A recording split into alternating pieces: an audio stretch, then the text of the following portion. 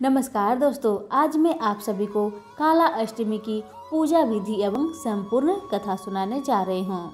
मार्गशीर्ष कृष्णा पक्ष की अष्टमी तिथि मासिक काला अष्टमी पर्व के रूप में मनाई जाती है। इसी तिथि को भैरव जी का जन्म हुआ था।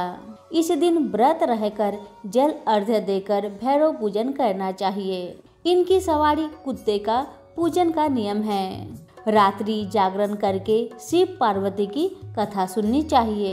भैरव का मुख्य हथियार दंड है, जिस कारण से वे दंडपानी कहलाते हैं। भगवान शिव के दो रूप हैं, भैरव तथा विश्वनाथ। भैरव जी का दिन रविवार तथा मंगलवार माना जाता है, क्योंकि इस दिन इनकी पूजा करने से भूत प्रेत बाधाएं समाप्त हो जाती है। अब हम सुनेंगे काला अष्टमी की पौराणिक कथा। कथा के अनुसार एक बार की बात है कि एक दिन ब्रह्मा, विष्णु और महेश इन तीनों में श्रेष्ठता की लड़ाई चल रही थी कि हम में से श्रेष्ठ कौन है। बहस इतनी ज्यादा बढ़ गई कि सभी देवता को बुलाना पड़ा और देवता को बुलाने के बाद बैठक की गई।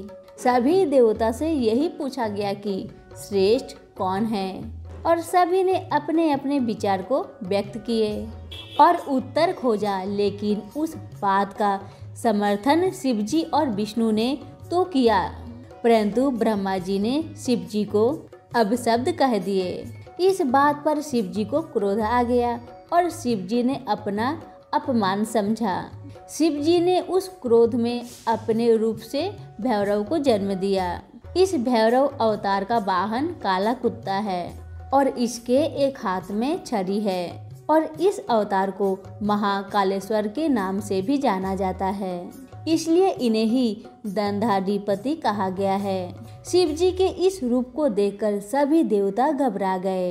भैरव ने क्रोध में ब्रह्मा जी के 5 मुखों में से एक मुख को काट दिया।